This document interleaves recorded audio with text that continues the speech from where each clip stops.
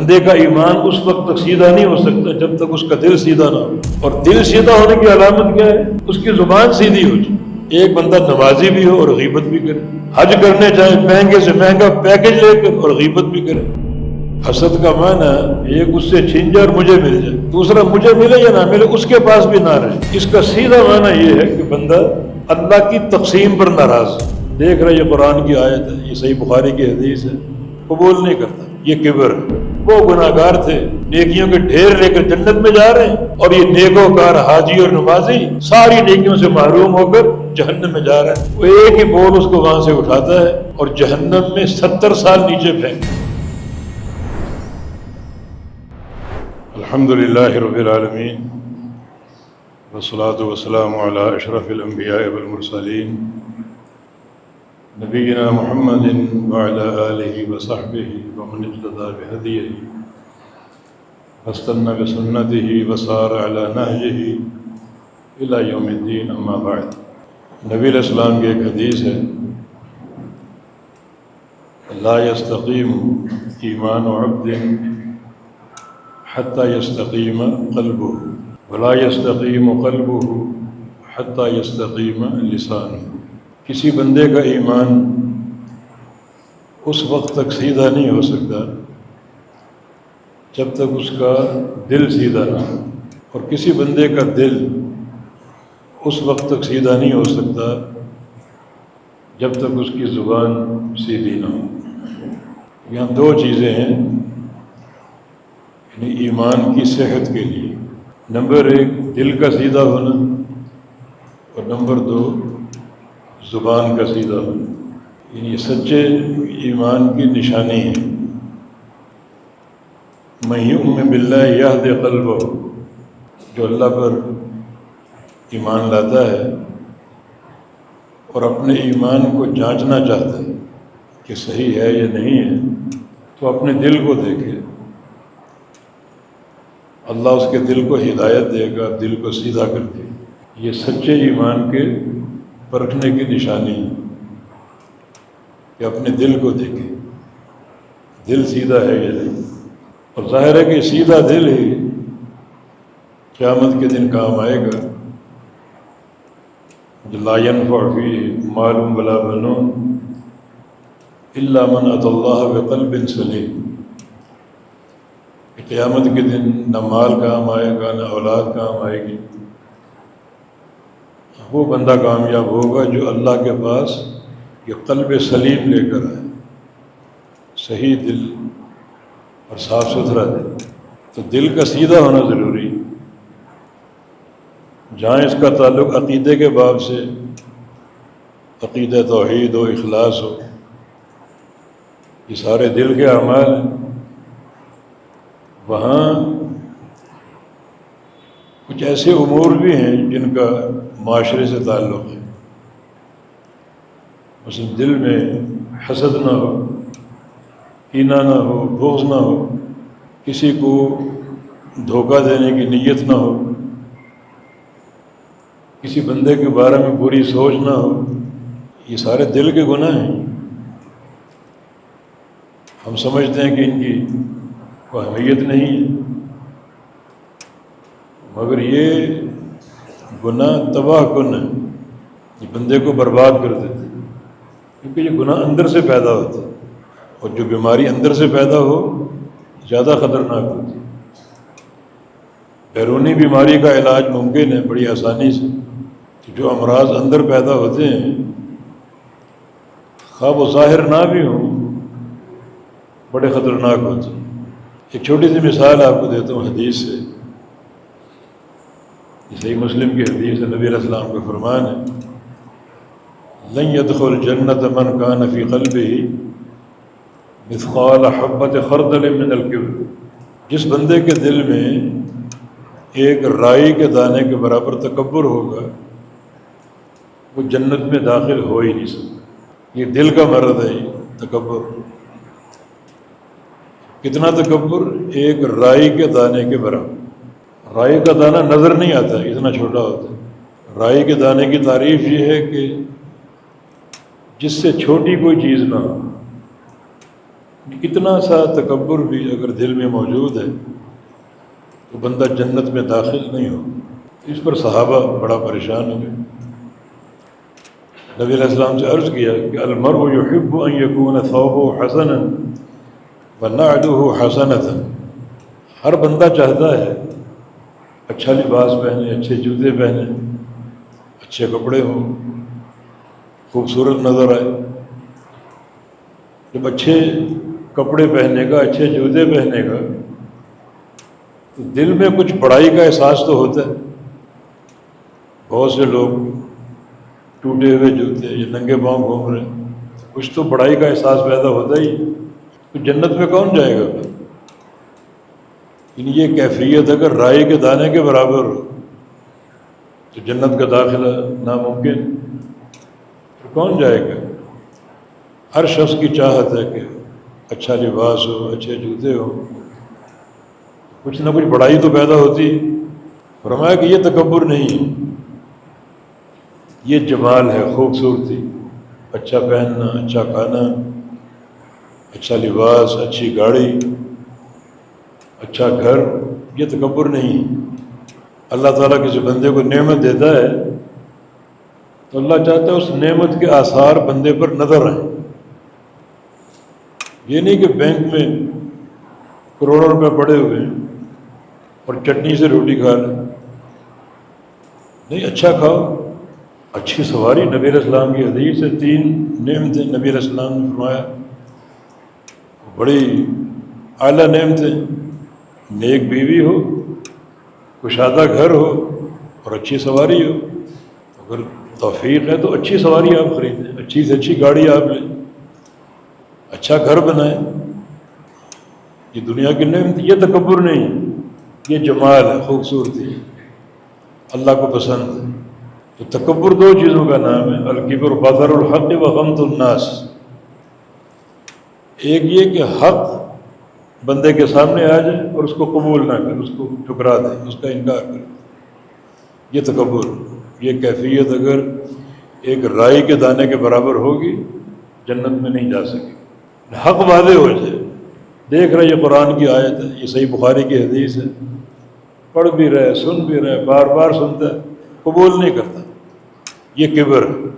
یہ کیفیت اگر ایک رائی کے دانے کے برابر ہے تو جنت کا داخلہ ممکن نہیں۔ اور دوسرا غمط الناس، لوگوں کو حقیر جاننا، لوگوں کو دھتکارنا، قومیت کی بنیاد پر، لسانیت کی بنیاد پر، مال کی بنیاد پر۔ کوئی غریب ہے تو اس کو دھتکار دینا، کہ فلاں بندہ فلاں قوم کو، اس کو دھتکار دینا۔ یہ کیفیت بھی رائے کے دانے کے برابر ہو تو جنت کا داخلہ ممکن نہیں۔ دیکھیں یہ ایک دل کا مرض ہے، اور صرف ایک ذرے کی مقدار میں، رائی کے دانے کے برابر یہ مرض اگر اندر ہوگا تو جنت کا داخلہ ممکن نہیں۔ پھر امراض قلب کوئی بھی ہو، حسد چھوٹا مرض نہیں، بہت بڑا مرض ہے۔ ابن قیم فرماتے ہیں کہ حسد کے تیر بڑی دور سے پہنچ جاتے ہیں۔ بندہ امریکہ میں ہو، آپ اچھا کھا رہے ہیں، اچھا پہن رہے ہیں، اچھا پی رہے ہیں، اور اسے امریکہ میں پتہ چل جائے، دل میں حسد آ جائے، تو حسد کا تیر وہاں سے بھی نکل سکتا اور آپ کو لگ سکتا۔ نظر بد ہوتی، بندہ آپ کو دیکھے اور آپ کو نظر لگ جائے، اس کو، وہ آپ کے قریب ہو اور اس کی نظر آپ کو لگ جائے۔ حسد اس سے بدتر چیز ہے۔ بندہ افریقہ میں، امریکہ میں ہو، اگر حسد اس کے اندر آ جائے، اس کے دل میں، تو حسد کا تیر وہاں سے بھی نکلے گا اور آپ کو پہنچے گا۔ حسد ہے کیا چیز؟ حسد کا معنی، جس کی تعریف ہے کہ بندے کو فلاں نعمت میسر ہے، اس سے چھن جائے، مجھے ملے یا نہ ملے۔ یعنی 2 تعریفیں، ایک اس سے چھن جائے اور مجھے مل جائے، دوسرا مجھے ملے یا نہ ملے اس کے پاس بھی نہ رہے، یہ حسد ہے۔ اس کا سیدھا معنی یہ ہے کہ بندہ اللہ کی تقسیم پر ناراض، اس کو وہ مال کس نے دیا، وہ گھر کس نے دیا، اللہ نے دی، تو آپ کا اعتراض اللہ کی تقسیم پر، آپ کی ناراضگی اللہ کی تقسیم پر۔ دوسرا اس کا معنی یہ کہ یہ تقدیر میں لکھا ہوا تھا، فلاں مالدار ہوگا، فلاں غریب ہوگا۔ آپ کا کڑنا، آپ کا جلنا، آپ کا حسد کرنا اللہ کی تقدیر کا انکار۔ جو ایمان کے 6 ارکان ہیں اس میں ایک رکن مان تؤمن بالقدر خیرہ و شرہ، کہ تقدیر پر ایمان لاؤ، اچھی ہو یا بری ہو اس پر ایمان لاؤ۔ تو حسد اس تقدیر کو نہ ماننے کے مترادف اللہ کی تقسیم پر اعتراض۔ امیر المومنین عمر بن خطاب رضی اللہ عنہ کا دور تھا، 2 بڑے جلیل القدر صحابی ابو سفیان اور حکیم بن حزام ان سے ملنے آئے۔ امیر المومنین کسی کام میں مصروف تھے، حاجب سے کہا کہ ان کو بٹھاؤ، تھوڑا انتظار کرواؤ، ہم فارغ ہو کے ان سے ملیں۔ جا کے کہہ دیا کہ امیر المومنین مصروف ہیں، آپ ذرا انتظار کر لیں۔ بیٹھ گیا، ٹھیک ہے۔ تھوڑی دیر میں بلال حبشی آ گئے۔ حاجب نے اطلاع دی امیر المومنین کو بلال آئے، تو آپ کام چھوڑ کے باہر نکلے، بلال کا استقبال کیا اور ان کو اندر لے گئے۔ اس پر ابو سفیان نے اعتراض کیا کہ ہم قوم کے سردار، یہ امیر المومنین کا انصاف نہیں، ایک غلام کو ہم پر ترجیح دی، اس کا استقبال بھی کیا، اندر بھی لے گئے، ہم سے پہلے لے گئے۔ حکیم بن حزام حکیم تھے، نام بن حکمت والے تھے۔ انہوں نے کہا ابو سفیان کس چیز میں ناراض ہو؟ پہلے یہ غور کرو کہ بلال نے اسلام کب قبول کیا اور تم نے کب کیا؟ بلال نے مکہ میں اسلام قبول کیا، جب اسلام قبول کرنا ایک بڑی آر سمجھا جاتا ہے، تکلیفیں، کوئلوں پر گھسیٹے گئے، پتھروں پر گھسیٹے گئے، کھولتا ہوا پانی ان پر ڈالا گیا، کمر میں گوشت نام کی چیز نہیں تھی۔ حضرت عمر رضی اللہ عنہ نے یہ اپنی کمر کو ڈھانپ کے رکھتے تھے کہ نیکی اللہ کے لیے خالص۔ اپنے دور خلافت میں بلال سے کہا کہ میں آپ کی کمر کو دیکھنا چاہتا ہوں۔ کہا کہ یہ تو ایک راز ہے، میں نے کسی کو دکھائی نہیں کبھی، یہ نیکی میری اپنے رب کے ساتھ۔ کہا کہ میں امیر المومنین تمہیں حکم دیتا ہوں کہ میں تمہاری کمر دیکھنا چاہتا ہوں۔ تو پھر انہوں نے اپنی کمر آگے کر دی، پردہ ہٹایا نہیں۔ امیر المومنین نے ہاتھ اندر داخل کیا اور چیخ مار کے پیچھے ہٹ گیا کہ بلال تمہاری کمر میں گوشت نام کی چیز ہی نہیں ہے، ہڈیوں کا ڈھانچہ ہے صرف۔ حکیم بن حزام نے کہا تم یہ دیکھو تم مسلمان کب ہوئے اور بلال مسلمان کب ہوا؟ اس کو اسلام قبول کرنے میں سبقت کا شرف حاصل، سبقت کا۔ اللہ کے نبی نے فرمایا تھا بما سبقتنی الی الجنہ، بلال تم جنت میں میرے آگے آگے کیسے، جنت میں میرے آگے آگے تم کیسے؟ اتنا شرف ان کے لیے۔ اب ایک امتی نبی سے آگے تو نہیں ہو سکتا، اس کا کیا معنی کہ بلال اللہ کے نبی سے آگے جنت؟ اس پر بہت سے علماء حیرت کا شکار۔ ابن قیم رحمہ اللہ، ان کو اللہ نے اس کا جواب سجھایا کہ بلال کا اللہ کے نبی سے آگے ہونا پروٹوکول فراہم کرنا، جیسے ایک بادشاہ نکلتا ہے، آگے پولیس ہے یا آگے اس کے دربان ہے، پروٹوکول فراہم کرتے ہیں، اعلان کرتے ہیں کہ ہوشیار، خبردار، امیر المومنین آ رہے ہیں۔ ہونا چاہیے، اس پر ناراض نہیں ہونا چاہیے، یہ امیر المومنین کے امر کی حیبت ہے۔ نبی علیہ السلام جنت میں جب بھی باہر نکلیں گے بلال آپ کو پروٹوکول مہیا کریں۔ پھر سوال ہے کہ یہ نیکی ابوبکر صدیق سے کیوں نہیں لی گئی؟ سب سے افضل امتی عمر بن خطاب سے کیوں نہیں لی گئی؟ اس لیے کہ بلال کو ایک عمل میں سبقت کا شرف حاصل ہے، اور وہ یہ کہ اللہ کے نبی کے مؤذن تھے اللہ کے رضا کے لیے۔ مؤذن کا کام کیا ہوتا ہے؟ مسجد کو پہلے کھولنا اور نماز کا انتظام کرنا، وضو کر کے آنا اور اذان دینا، یہ سبقت، نماز کی سبقت، مسجد میں حاضری کی سبقت۔ تو اللہ نے سبقت کی بنا پر ان کو شرف دیا۔ حکیم بن حزام نے کہا ابو سفیان کیوں ناراض ہوتے ہو؟ یہ دیکھو بلال نے اسلام کب قبول کیا اور تم نے کب کیا؟ بلال نے تب کیا جب اسلام قبول کرنے پر ماریں پڑتی تھی، تکلیفیں ملتی تھی، اور تم نے کیا فتح مکہ کے موقع پر جب سرداری چھن گئی اور جو مونچھیں نیچی ہو گئی تو تم نے اسلام قبول کر لی۔ حکیم نظام نے کہا ایک بات کا جواب دو، کل قیامت قائم ہوگی، اللہ تعالیٰ بلال حبشی کو سبقت کے شرف کی بنا پر تم سے پہلے جنت میں بھیجے گا، وہاں بھی اعتراض کرو گے اللہ کی تقسیم پر؟ تو بلال حبشی رضی اللہ عنہ، ان کا مقام اور ان کا مرتبہ، عرض یہ کر رہا ہوں کہ یہ دل کے عوارض ہیں، دل کے امراض، ان سے دل کو پاک صاف ہونا ضروری۔ اللہ پاک فرماتا ہے یوم تبلی السرائر، یوم تبلی السرائر وحصل ما فی الصدور، کہ قیامت کے دن جو سینے کے راز ہیں وہ اگلے جائیں گے۔ اللہ تعالیٰ فرمائے گا یہ بندہ آ رہا ہے، حاجی تھا، نمازی تھا، دن رات صدقہ دیتا تھا، ذرا دل کو ٹٹولو، دل میں اگر کینہ ہوا، بغض ہوا، حسد ہوا تو یہ اعمال اکارت ہیں، ریاکاری ہوئی، یہ سارے دل کے عوارض ہیں، اعمال برباد ہو جائیں گے۔ تو پھر یہ حدیث بڑی قابل غور، لا یستقیم ایمان عبد حتی یستقیم قلبہ، کہ بندے کا ایمان اس وقت تک سیدھا نہیں ہو سکتا جب تک اس کا دل سیدھا نہ ہو، اور دل سیدھا ہونے کی علامت کیا ہے؟ حتی یستقیم لسانہ، اس کی زبان سیدھی ہو جائے، زبان پر غیبت نہ ہو، کسی کی چغلی نہ ہو، جھوٹ نہ ہو، جھوٹی قسمیں نہ ہو، جھوٹی گواہی نہ ہو، یہ زبان کے امراض ہے۔ دل کے سیدھا ہونے کی علامت زبان کا سیدھا ہو، ایک ایک لفظ اور ایک ایک جملہ شرعی میزان پر تول کے بولنا چاہیے، پہلے تولو پھر بولو۔ تولنا کہاں پر ہے؟ شرعی میزان پر، دین کے میزان پر، کہ یہ کلمہ دین کے میزان پر فٹ ہے یا نہیں، بولوں یا نہ بولوں۔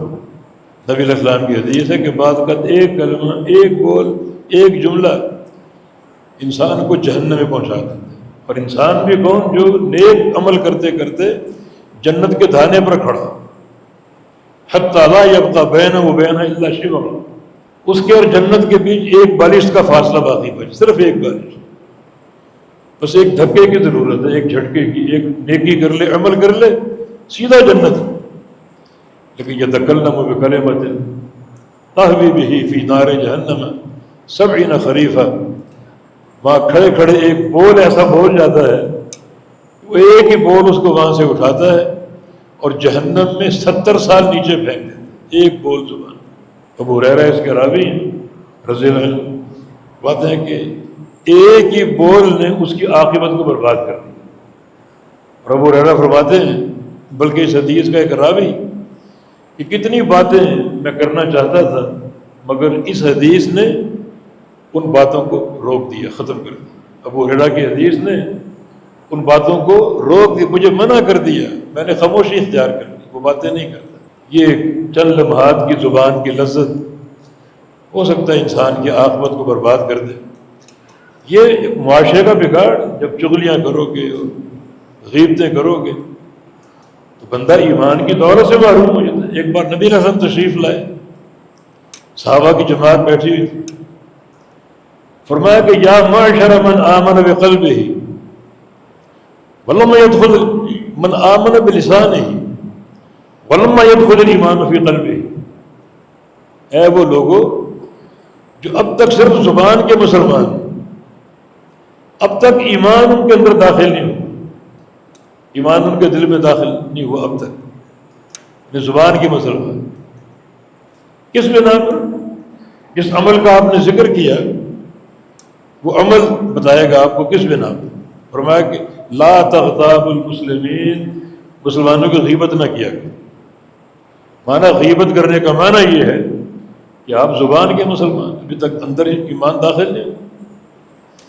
یہ ایک تضاد ہمیں سمجھ نہیں آتا، ایک بندہ نمازی بھی ہو اور غیبت بھی کرے، حج کرنے جائے مہنگے سے مہنگا پیکج لے کر اور غیبت بھی کرے، صدقے بھی دے رہا اور غیبتیں بھی کرے، یہ تضاد کیسا ہے؟ یہ تعارض، دو رخی، کیا اس کا مطلب؟ ان اعمال صالحہ کا معنی کہ بندے کی زبان پاک صاف ہو، جس کا ہم کو احساس بہت کم ہوتا۔ آج یہ صحیح بخاری میں وہ ایک چھوٹا سا واقعہ سامنے آ گیا، پڑھا تو پہلے بھی تھا، ابو حذیفہ رضی اللہ عنہ جنگ بدر میں شریک تھے، اور ان کا باپ عتبہ بن ربیعہ وہ بھی تھا، مشرک تھا، کافر تھا۔ باپ ان کا بڑا عقل مند سمجھدار تھا۔ ابو حذیفہ کو توقع تھی کہ باپ اسلام قبول کر لے گا، مگر اب تک نہیں کیا، حتیٰ کہ بدر کا دن آ گیا تو بدر میں یہ کافروں کے ساتھ تھا اور صحابہ کے نرغے میں آ گیا، اس کو قتل کر دیا۔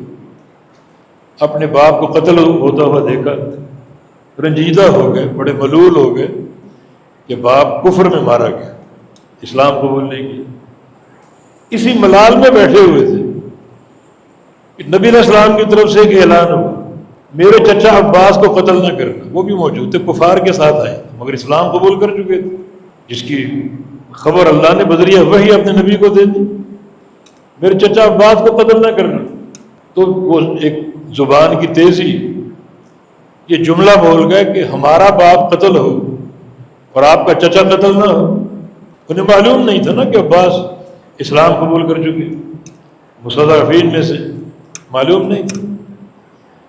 اللہ کے نبی نے یہ جملہ سن لی مگر آپ نے کوئی اس پر بات نہ کی، تھوڑا سا پریشان ہوئے، مگر ابو حذیفہ کو کہا کچھ نہیں، کیونکہ وہ رنجیدہ تھے، ان کا غم تازہ تھا، تو صدمے میں انسان کیا کچھ کہہ سکتا ہے، کوئی ناراضگی کا اظہار آپ نے نہیں کیا، مگر ابو حذیفہ پریشان ہو کہ میں نے یہ کیا کہہ دیا۔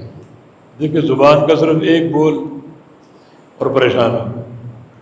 اللہ کے نبی سے معذرت کی، چھپ چھپ کے توبہ کر رہے ہیں، رو رو کر، یا اللہ معاف کر دے، یہ جملہ میرے اعمال سے مٹا دے، یا اللہ معاف کر دے، مگر دل مطمئن نہیں ہو رہا کہ پتہ نہیں توبہ قبول ہوئی یا نہیں ہوئی۔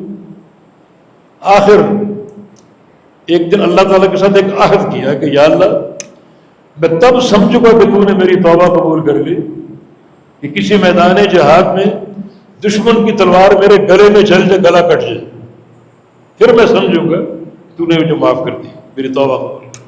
اور اس کے بعد ہر جنگ میں شریک ہوتے تھے، ہر جنگ میں شہادت نہیں مل رہی، حتیٰ کہ نبی علیہ السلام فوت ہو گئے، پریشانی ان کی بڑھتی جا رہی، مانا میری توبہ قبول نہیں ہو رہی۔ ابوبکر صدیق رضی اللہ عنہ کا دور خلافت آ گیا، اور اس میں یمامہ مسیلمہ کذاب ہے، جب آپ گئے جہاد کے لیے تو وہاں واقعی دشمن کی تلوار آپ کے گلے میں چل گئی۔ جب بعد میں شہداء کی لاشیں دیکھی گئی، ابو حذیفہ کی لاش بھی سامنے موجود تھی اور چہرے پر مسکراہٹ تھی۔ مسکرائے کس بات پہ مسکرا رہے کہ اللہ نے میری توبہ قبول کر۔ لیکن دیکھیں ایک بول زبان کا، اور اس کو فراموش نہیں کر رہے، بھول نہیں رہے۔ امیر عمر رضی اللہ عنہ اتنے بڑے فاتح اور اتنے بڑے جرنیل، آدھی دنیا کے فاتح، کسریٰ اور قیصر کی کمر توڑ کے رکھ دی۔ صلح حدیبیہ کے موقع پر کچھ تیزی تلخی ان میں آ گئی، جب صلح حدیبیہ ہو رہی ہے اور نبی علیہ السلام کفار کی شرطیں مانتے جا رہے ہیں، اس سال عمرہ نہیں کریں گے، واپس چلے جائیں گے، اگلے سال آئیں گے، بغیر ہتھیاروں کے آئیں گے، 3 دن رکیں گے، پھر عمرہ کریں گے۔ عمر فرما رہے ہیں کہ یہ ساری باتیں ہماری کمزوری کو ظاہر کر رہی ہیں۔ کیف نقبل الدنیۃ فی دیننا، اپنے دین میں ہم یہ ذلت کیسے برداشت کریں؟ السنا علی الحق، کیا ہم حق پر نہیں ہیں؟ یہ تیزی تلخی آ گئی۔ یہ بات ابوبکر صدیق سے بھی کی، نبی علیہ السلام سے بھی کی، پھر فوراً عقل ٹھکانے آ گئی، پریشان ہو گئے کہ میں نے یہ کیا کہہ دیا۔ یہ زبان کی تیزی، یہ تلخی نبی علیہ السلام کے ساتھ، جبکہ یہ بات معلوم ہے آپ اللہ کے نبی ہیں، ناطق وحی ہیں، ہر بات آپ کی اللہ کی وحی کی روشنی میں ہوتی ہے، پھر میں نے کیا کہا۔ امیر عمر فرماتے ہیں کہ عملت لها اعمالا، اس جملے کو دھلوانے کے لیے، اس جملے کی جو ایک گرانی تھی اس کو دھونے کے لیے، پھر میں نے جو نیکی کی اس نیت سے کی کہ اللہ وہ جملہ میرا معاف کر۔ فتوحات بھی ہوئی، جنگیں بھی ہوئی، جہاد بھی ہوئے، حج بھی کیا، تہجد بھی پڑھے، نفل بھی پڑھے، فرض بھی پڑھے، اللہ کی قبولیت کی دعا، اور ساتھ ساتھ یہ نیت ہوتی کہ یا اللہ اس نیکی کو قبول کر کے میرا وہ جملہ معاف کر دے جو میں نے کہہ دیا تھا۔ یہ سلف صالح ہے، زبان کی باتوں کو بھولتے نہیں تھے۔ ہم تو روزانہ کتنی باتیں کر جاتے ہیں، کتنی غیبتیں کرتے ہیں، کتنی چغلیاں کرتے ہیں، دلوں میں کیا کچھ چھپا ہوا ہے، رنجشیں، کینے، فراڈ کی نیتیں، کیا کچھ نہیں۔ تو ہمارا ایمان پھر کہاں ہے؟ لا یستقیم ایمان عبد حتی یستقیم قلبہ، کسی بندے کا ایمان اس وقت تک سیدھا نہیں ہو سکتا جب تک اس کا دل سیدھا نہ ہو۔ ولا یستقیم قلبہ حتی یستقیم لسانہ، اور اس کا دل اس وقت تک سیدھا نہیں ہو سکتا جب تک اس کی زبان سیدھی نہ ہو۔ حسن بصری رحمہ اللہ بہت بڑے تابعی، عمر کے آخری حصے میں ان کو کوئی صدمہ پہنچا، آخری حصے کوئی صدمہ پہنچا ہو، پریشانی ہوگی، اور بڑی پریشانی۔ سوچتے یہ پریشانی کیوں آ گئی؟ پریشانی کسی گناہ پر آتی، ایسی مجھ سے کیا غلطی ہوئی؟ تو ان کے ذہن میں یہ بات ہے کہ آج سے 40 سال پہلے میں نے ایک بندے کو مفلس کہا تھا، مفلس، اس کو مفلس کہہ کے پکارا، اس کا بدلہ مجھے آج ملا اس سزا کی صورت۔ مفلس کے دو معنی ہوتے ہیں، ایک ہے دنیا کی نظر میں مفلس، روپیہ پیسہ نہ ہو، دوسرا مفلس جو دین میں نبی علیہ السلام کی حدیث ہے کہ من تعدون المفلس فیکم، مفلس کسے سمجھتے ہیں؟ صحابہ نے کہا مفلس غریب آدمی، فقیر آدمی جس کو درہم و دینار نہ ہو۔ فرمایا کہ نہیں، مفلس وہ شخص ہے جو قیامت کے دن نیکیاں لائے، بے شمار نیکیاں لائے، مگر اس طرح آ رہا ہے کہ ضرب ھذا وشتم ھذا واخذ مال ھذا، فلاں کو اس نے مارا، فلاں کو قتل کیا، فلاں کا مال ہتھیا لیا، فلاں کو گالی دے دی، فلاں کی غیبت کر لی۔ اب وہ سارے جمع ہیں، اللہ سے عدل اور انصاف کا تقاضا کر رہے ہیں۔ اس بندے نے، اس حاجی اور نمازی نے ہمیں گالی دی تھی، ہمیں مارا تھا، تھپڑ مار دیا تھا، ہماری غیبت کی تھی، ہمیں انصاف چاہیے۔ تو اللہ تعالیٰ اس کی نیکیاں ان میں تقسیم کرے گا۔ اب وہ دیکھ رہے ایک ایک کر کے نیکیاں بٹ گئیں، وہ گناہ گار تھے نیکیوں کے ڈھیر لے کر جنت میں جا رہے ہیں، اور یہ نیکوکار حاجی اور نمازی ساری نیکیوں سے محروم ہو کر جہنم میں جا رہا ہے۔ فرمایا کہ یہ مفلس ہے۔ حسن بصری نے مفلس کہہ دیا، دونوں معنی ہو سکتے ہیں۔ تو فرمایا اس جملے کی سزا مجھے آج مل رہی، 40 سال پہلے۔ یہ سلف صالح اتنی پرانی باتیں بھی بھولتے نہیں تھے۔ تو زبان کا استعمال بڑی احتیاط سے ہونا چاہیے، معاشرتی بگاڑ میں بڑا اس کا کردار ہے۔ اور یہ نہ سمجھو کہ دل کی باتیں چھپی ہوئی ہیں، اس کا کوئی اثر نہیں ہے۔ ہو سکتا ہے معاشرے میں اثر نہ ہو، مگر قیامت کے دن سزا ملے گی ان دل کے عوارض پر۔ تو دل کا سیدھا ہونا ایمان کی صحت ہے، اور دل کا سیدھا ہونا یہ زبان کا سیدھا ہونا ہے۔ تو ان دونوں چیزوں میں بڑی احتیاط کی ضرورت ہے۔ اللہ پاک توفیق عطا فرمائے۔ اقول قولی ھذا واستغفر اللہ لی ولکم، آخر دعوانا ان الحمد للہ رب العالمین۔